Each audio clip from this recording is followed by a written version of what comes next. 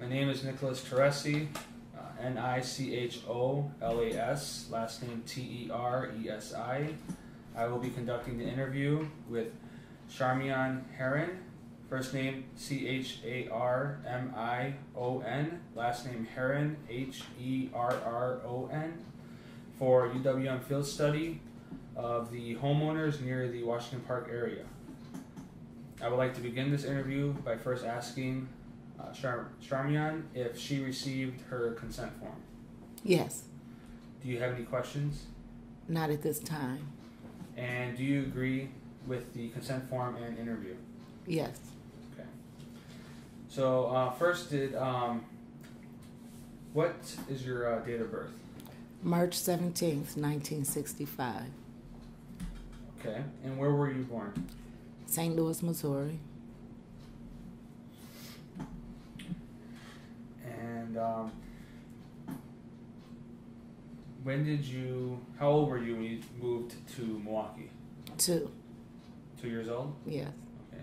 And did you move with both parents and how many siblings? Both parents and 4 siblings. Okay. And are you the eldest? No, middle. Middle child? Yes. Okay. So there's 5 in total? Yes. Right. Okay. So, okay. And when you moved when you were 2, did you move right to this? Was this the first house you moved to? No. No? Where was that? Where was your first house? On 15th and Olive. Olive. Okay. And how long did you stay there before you moved?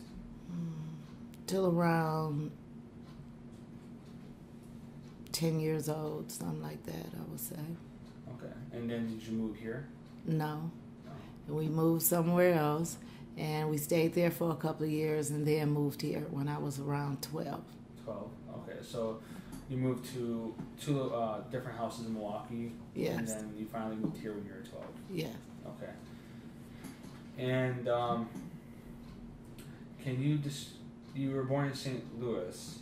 Can you you were just 2. So, do you remember how you felt when you moved to Milwaukee for the first time? Or if you can't remember that far back, can you remember how you felt when you moved into this home?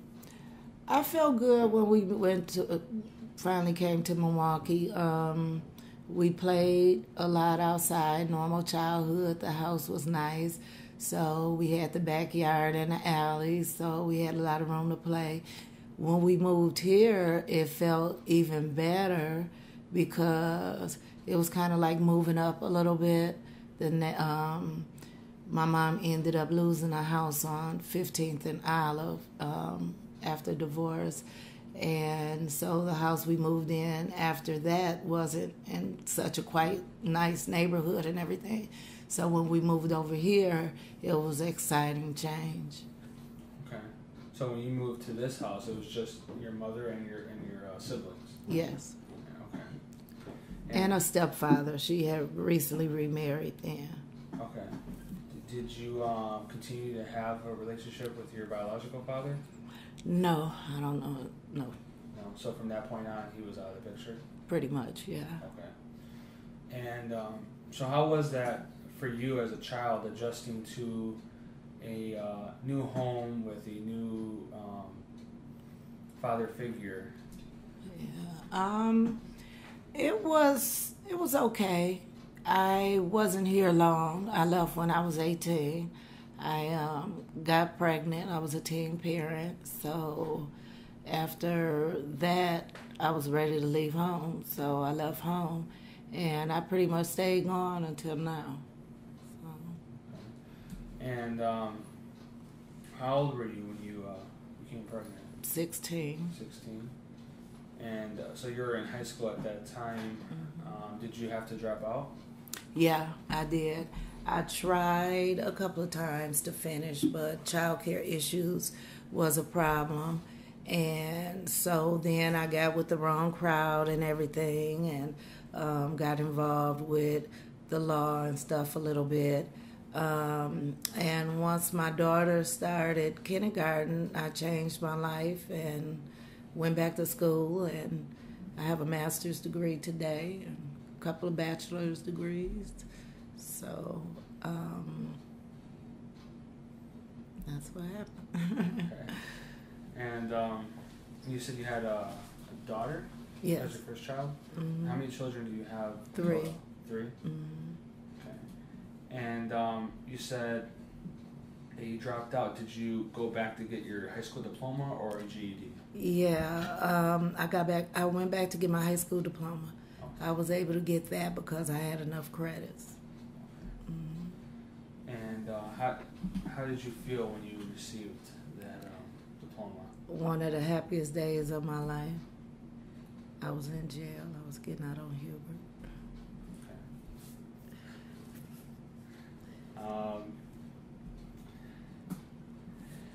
And you said, you moved out when you were 18? Mm-hmm. So you were here while you were pregnant? Yes. And while your daughter was still 1 year old, and that's around the same time you dropped out of school, correct? Correct. And how did that resonate with your family, like your mother? They didn't like it, but I just wanted more freedom, and I had support with others, more support. It was at a time where, you got kicked out of church for being pregnant, stuff like that. So it wasn't accepted as it is now. So it's kind of like your family turns their back on you, stuff like that. Did that have a big influence on why you moved out? Yes. Mm-hmm. Okay. Did you feel that you didn't have that support, family support? Right. Okay. And when you moved out, where did you move? To a friend's house. Friend's house. Okay. And how long did you stay there? For about almost a year, and I got my own apartment. Okay.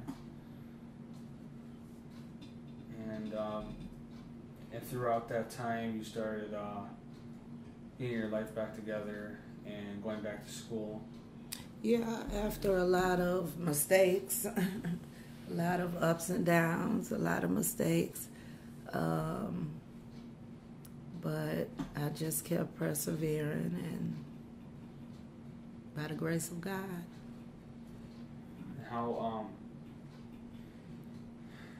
So when you had your daughter when you were 16, when was your next child born? How old were you then? They're 10 years apart. 10 years apart. Mm-hmm. And when you had your second child, how developed were you in the educational standard?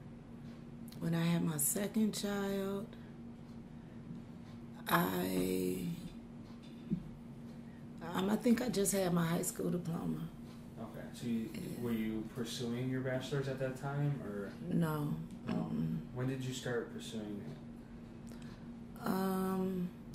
When my daughter was in high school, and I wanted a change of scenery, so I went into education, and I started out in child care, and my daughter was making more than me working at McDonald's. And so I had to stop what I was doing. I went back to work part-time, and I went to MATC part-time, and I was working on a liberal arts degree. And I got all the way done to the last class, and I could not pass that math class. It took me 3 tries. I could not pass that math class. So I said, forget that associate degree, and I transferred over to Concordia University, where I got my bachelor's in criminal justice. I had been teaching, though. As I started out in teaching, I thought criminal justice would help me because I was working with high-risk kids, and I got thrown in a classroom, and I was doing everything that the teachers were doing, but I wasn't getting that pay. And so they told me in order to make my money, I had to go back to school. So I went back to school, and that's how I got my bachelor's. And I went for criminal justice because that's what they offered in an accelerated program. And after that, with changes with MPS and everything, I went back for certification for special education cross-categorical. So I got my certification, bachelor's in that, and went on to get my master's in teaching. So I had been teaching school for about 12 years, and when my mom died in 2010, and she didn't have a will, this house went into foreclosure, and I also was diagnosed with multi-myeloma cancer. So through the chemo and 2 blood transplants, I was trying to save the house and all of that, but I wasn't able to do it. I was sick and went into foreclosure, but it was by the grace of God that the city picked it up and they allowed me to rent from them, and then they put me in their rent-to-own program, and I was able to pass the needed requirements to buy the house and to work with the rehab program, and that's what I did. I closed in August of last year. Yeah. That's quite a success story. Yeah. Yeah, definitely. But I want to just go back a little bit to when. So as of today, what you say you teach at what school? Well, I'm on disability now. Okay. Yeah, I'm still going through chemo and all of that right now. Have a couple more years on chemo, but I do plan to go back to work. Whether it's teaching, I don't know, because I can't handle the classroom right now. But I hope to. It was kind of discouraging. I got sick a couple of years after I finished. So. At what education level were you teaching? Was it high school? High school, yeah. High school. Okay. I've taught it all, though. Okay, and then you said that your mother had passed away, and then you were diagnosed with cancer, and the house was going to foreclosure. I'm sure at that time it was very stressful. Yeah, and, I didn't know where I was going to be. I didn't have money, really, because it took a couple of years for my disability to come in. So I was without income for about 2 years. And my daughter moved here from Albuquerque to try to help save the house. We ended up having to move out, move back in. So it was crazy.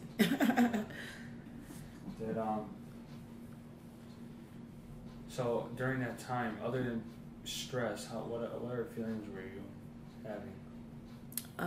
Anxiety, depression.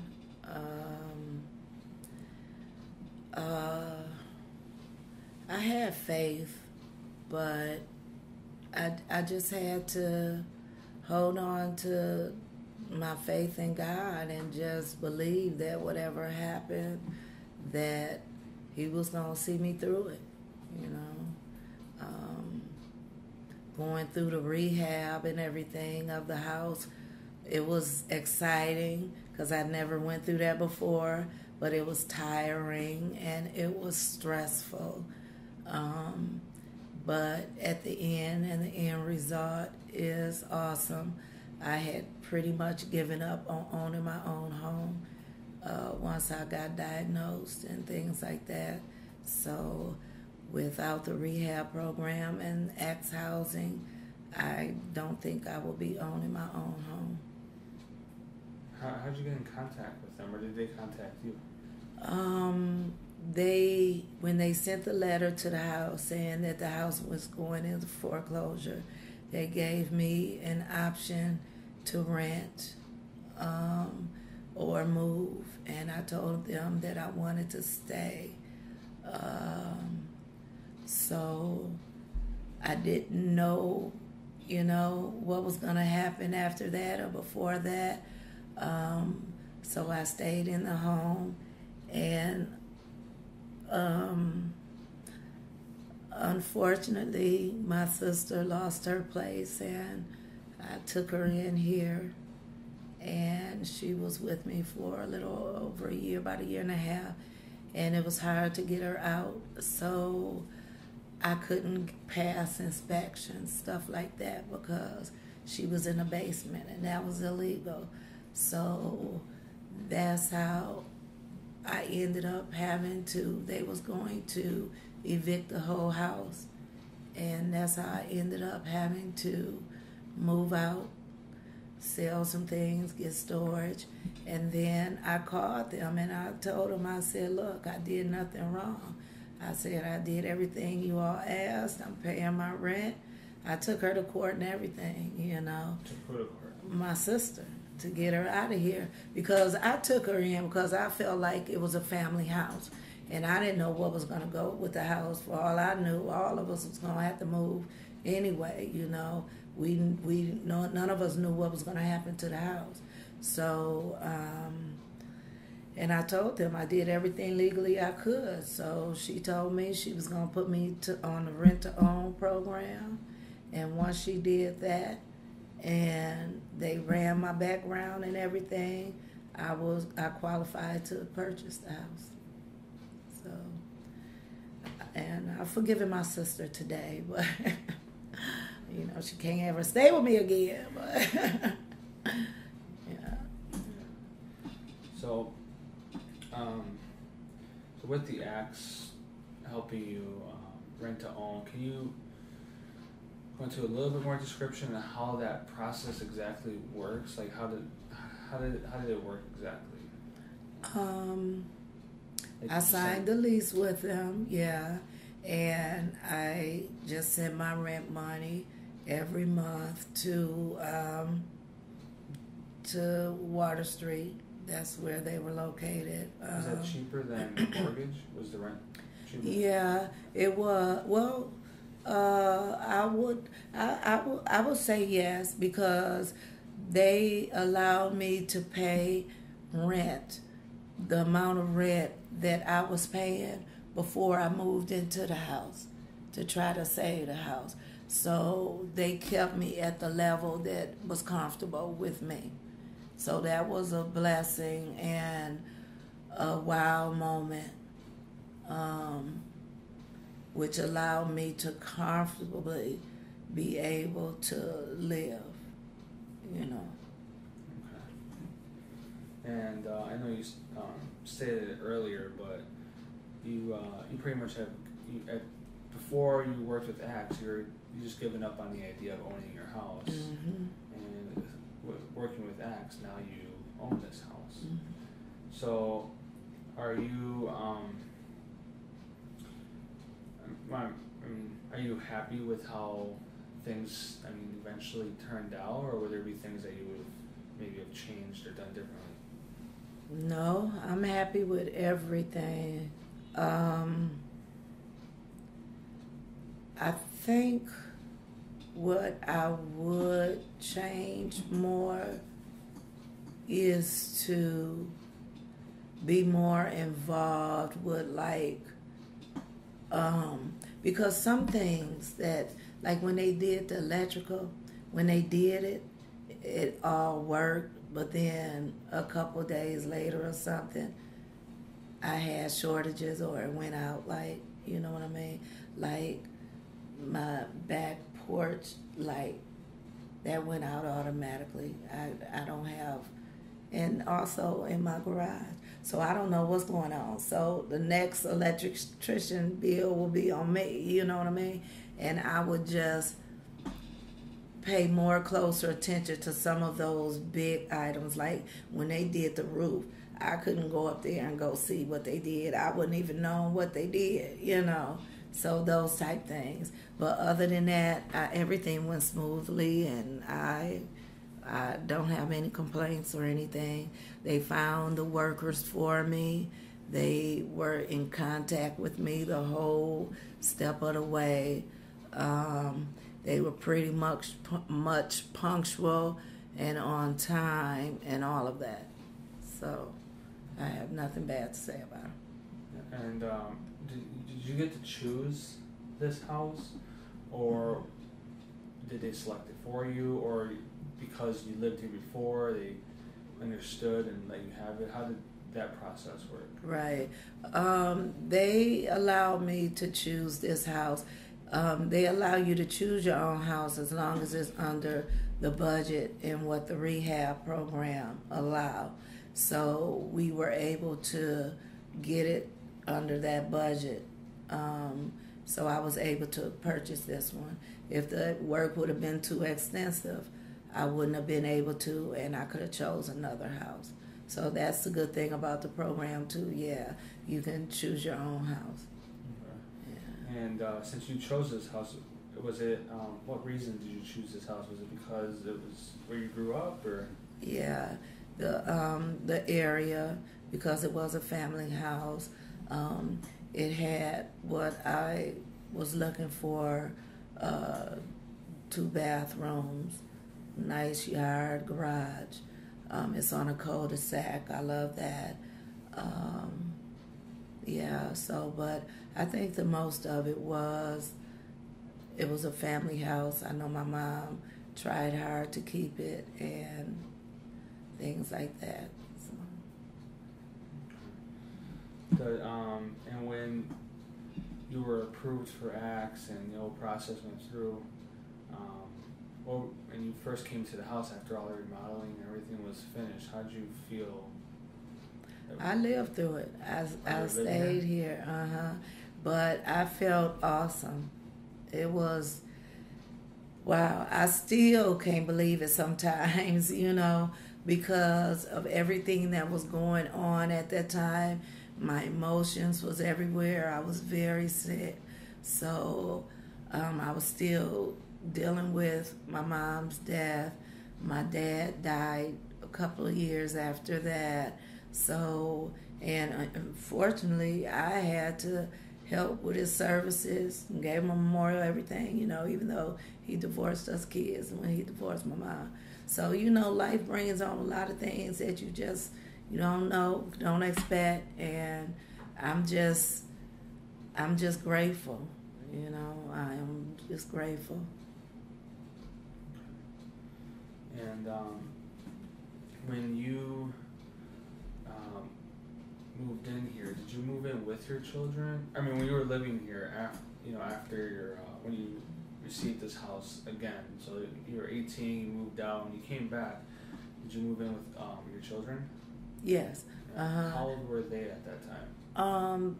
They were grown. I'm 51 now. I've been back here for almost 4 years now. So I was gone all of that time. And I had a sister that lived here with my mom. But she didn't want, all they could see was the tear up part about the house. It wasn't anything they wanted to invest in or anything like that. So she moved out and I moved back in to try to save the house and do all of that. So when you moved back, you think the primary reason was for because your mom was sick and passed away? And well, she had died already. Had died before? Yeah, okay. She had died, and when we found out she didn't have a will, and she had refinanced the house and whatnot to the banks, and so working with the banks, they were saying that we had to go to probate court and all of that kind of stuff, and I couldn't do it. I was sick. Nobody else was interested in the house or whatever. And so the city ended up picking it up because of taxes. And trying to go through all of that, probate and stuff, I would have had to pay her taxes and things like that, taken on. So it couldn't do anything but go into foreclosure. Okay. And what, so now I'm going to ask you questions directly about the house. So for example, and we noticed that there's a staircase that we've never really encountered before, where the first floor is going to the second floor, and then right beneath those stairs is going from the first floor. There's stairs going from the first floor to the basement. Mm-hmm. Can you, was that how the house was already designed, or was that yes. an addition? Well, yeah, that's how the stairs was originally. But it was a wall because that was a bedroom originally. Like when you first walk through the front door, it'll be a wall and you'll go straight up the stairs because it was a 4-bedroom house. But she had that knocked down and got the stairs like that. Okay. So your mother had that wall on the right side of the house torn down to give it more of an open concept? Correct. Okay. You know why she did that? To give it more of an open concept. So, okay, so just to have a bigger like living room, dining room area? Yes. Okay. And then, is there any smells that that you associate with this house? Like, is there any distinct smell that when you smell it, you think of home, you think of here? I wouldn't say smells, no. No, I wouldn't say smells. Okay, like some people said cooking, and some people said just like the paint or something. Like nothing at all. No? What about what about like visual? Like, is there something like? Is there anything that like outside of this house reminds you of home? Mm-hmm. The rose bush. She loved her rose bush. I have the geese outside the front porch that I keep. I have to repot the plants and stuff, but I keep that. Is that something that was hers? Yeah. Mm-hmm. Okay. Because we noticed those geese, and they're like planting pots, but in the shape of a geese. Right. Yeah. I gotta clean them out and repot them. But yeah, they are broken up and torn up, but I'm keeping them because she, for some reason, every house she wanted her geese. And so, yeah. Do you think about her often when you walk through this house? Uh-huh. And I know she's smiling, she's happy that it's still in the family. Yeah. And this question is a bit difficult to ask.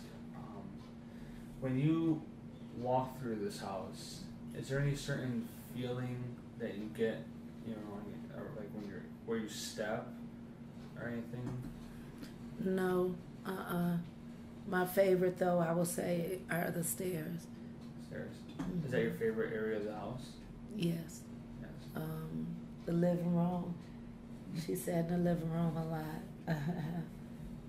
Now you're making me think about all this sentimental stuff like that now, though, but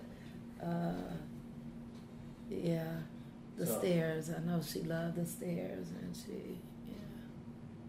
Okay, so pretty much your favorite areas are the areas that she also cared for a lot. Yeah. And is it because it reminds you of her? Yeah, I would say so. Right. Do you sometimes like sense her presence when you're in those areas? Like spiritually? Well, I just know that she's here and watching down anyway, or something like that. I don't. At times, you know what? I guess there was a time where the light came on in the kitchen here. Hadn't been working for years. Through the rehab, stuff like that. So every now and then, I guess, I will get a moment or something. And how do you feel about this? I know you grew up in this neighborhood. Mm-hmm. Has it changed since from the time you grew up here to the time you're living here now? A little bit. Not much with this block, but the surrounding areas have gotten a little worse, but also they'll redevelop the West Lawn area over there. Is a new development. They redeveloped the basketball hoop at the park there, but they don't have the 4th of July festivities and stuff at the park like they used to when we first moved over here. Things like that. So not much change. Still a wonderful neighborhood. Is that because of like safety concerns? What's that? The 4th of July festivals and everything? I think it was, yeah. So when you say that the outer area of this block got a little worse, it's crime. Yeah, crime. Yeah, it's you know, a lot of people walking around with guns. It's some crime here around here. Mostly on the Villard or Silver Spring. I think at the park over there, on the corner over there, accident or whatever. At that McDonald's over there and stuff, it could be some drama and stuff sometimes. It's a lot of, I think, halfway houses or mentally ill places for people around here as well. I noticed that over the years that you see a lot more people that look like they mental health issues. Do you feel generally safe here on this block? Yeah. When you leave this block, do you feel less safe? Depends on where I go. So like maybe like the McDonald's that you're describing earlier, do you feel safe going to the McDonald's? Yeah, I do. I don't go at night. I wouldn't go at night or anything like that, but I do. For the most part, I get in, get out, and they know me or see me pretty much over here. So. Okay. And so when you moved here, your kids were already adults. Yes. So and how many live with you right now again? Just one. Just one. Do you know how he feels about this neighborhood? Does he like this living here? Yeah, I think so. Mm-hmm. Okay. He hasn't complained about it at all? No. Okay. And let's see here. Do you feel that if you were to move, you would never move? No. Never? Okay.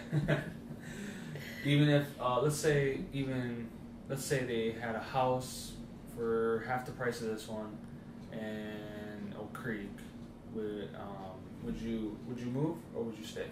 No. You would stay? Yeah. Okay. And why?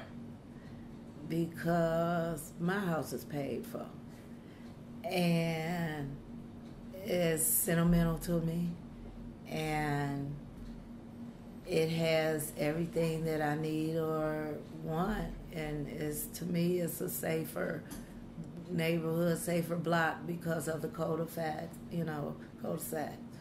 and we don't have alleys, so I like that. And my house is paid for. I couldn't get any cheaper. Okay. So it's safe to say that you would live out the rest of your days here? Yes. And but for argument's sake, if let's say you did decide to move, do you feel that by you moving that would have an effect on this area? If it became rental property, probably so. But another owner should take pride in it and everything, and it should be okay. As long as it's not rental property. Okay. Do you hope that maybe one of your children will carry on this house? Yes. I think we may have a few follow-up questions. Yes. So I'll let him ask any further questions that he may have. Alrighty. I have a few questions about this house. Okay. First thing is when we saw second floor, you said you get rid of previous green carpet Yes. in your house. And can you tell me about that story? Why and removing the carpet provided you some specific meaning and the kind of things? Yeah, because the carpet had been there for like 30 years, it was time to go. So it was just time. It was old and dirty, and smelly, that type thing. And so I just would like to slowly finish remodeling. How about the staircase? The carpet on staircase is original carpet? Yes, my mom had that put down. All of the carpet in here is 30 plus years old. I've taken the carpet out the living room already. The carpet in the dining room, I left that for right now. And the carpets on the stairs, I left that for right now. But eventually those will get replaced as well or get taken up, because unfortunately she wasn't able to do a whole lot of work with the house at the time of her death. So you said your favorite place in this house is the staircase, and it reminds some memories or some sense. The carpet give you some sense. Reminds me of her, yes. Mm-hmm. And the other space, the first initially it is a room, but now it is just a one room with a living room. That space. How often do you use that space? It is just visually open it, or is there any specific purpose? I'm gonna make it a dining room. I had a dining room table in there, and we have Thanksgiving in there and things like that. But going through the rehab process and buying a house, when I didn't know what was going on, and I had my sister here, and we were all getting evicted because I couldn't pass inspection code, I had to sell it to get money to get storage, try to salvage what I could. So I use it as a dining room. So previously you used that space as a dining room, but now you rarely use that space and just put the plants. Yeah, right now, yeah. But it visually connects with original living room. Yeah. And when I heard your story, you have a strong attachment to this neighborhood and this house. Yes. And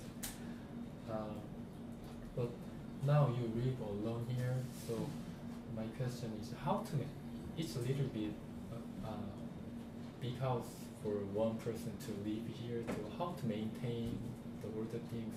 Yeah, that is a task, especially after getting sick. I just do the best I can right now, I have someone to help me maintain the yard right now. The bushes and the branches of the trees are the most difficult for me now to try to get together. I did find out while purchasing the house which bushes and things like that were mine. Like those are so close to my house and it's hard to park and stuff. But I found out those bushes aren't mine. But I have to pay somebody to cut those down and whatnot. So I found out this house next door was rental property when I thought it was an owner all of this time. So they just moved in a couple of months ago, and I had to tell them that these are my bushes. You all are responsible for them. They haven't done anything yet. So the outside is the hardest, I would say, to keep up for me right now. How about inside? Inside, sometimes it could be a lot of stairs when I'm doing my laundry. Because my bedroom is upstairs, I have to go those 2 flights for laundry. So that's difficult. But just some of the other stuff, like I'm just going to replace some of the stuff like this backsplash, and then I'm going to bring it around here to make cleaning easier, So I don't know. It's easier when it's just me. My kids are the messiest when they over, or my son. Okay. And when I look around this house, each room has a different color. For example, the kitchen is green, and the living room is dark brown, and I can't remember the blue, what kind of colors, but Blue and purple. blue one. How about the sun's balloon? It's also different colors. Yeah, they were all white, pretty much. The living room and everything was green, like the color of the carpet. My mom always loved the green living room. So, but I put the colors because of fingerprints, but also she loved colors. So it reminds me that also was a tribute to her as well. The color of the living room and dining room. And this color I went with because I just, again, wanted to try to keep the walls looking as clean as I can, because I would paint before washing walls. You know, when you go back to that question on keeping the place clean and together. So those were kind of what I had in mind when I chose the colors. And my last question is, do you have if you can change it, just one thing in this house, which part do you like to change it? If I could change anything, I would make the bathrooms bigger. Downstairs? Both. I think the bathrooms are so small. But yeah, I would like bigger bathrooms. Okay, I think we let it do a lot of questions. Thank you for your You're welcome. answer. You're welcome. I appreciate. I don't mind helping any students, anybody trying to, you know. Yeah, we appreciate you taking the time to do this interview with us. Yeah. You know, you're busy and you have other things to do, but we appreciate you just taking a few minutes every day. Not a problem. All right. But I think the large concept here is that you hold on to this house as almost as a large memorial for your mother. You know, so and you have a tight relationship with the nearby community. Yes. And that's our goal. That's what we're researching. So Oh, okay. All right. Yeah. it's perfect. Thank you. Okay. Thank you all.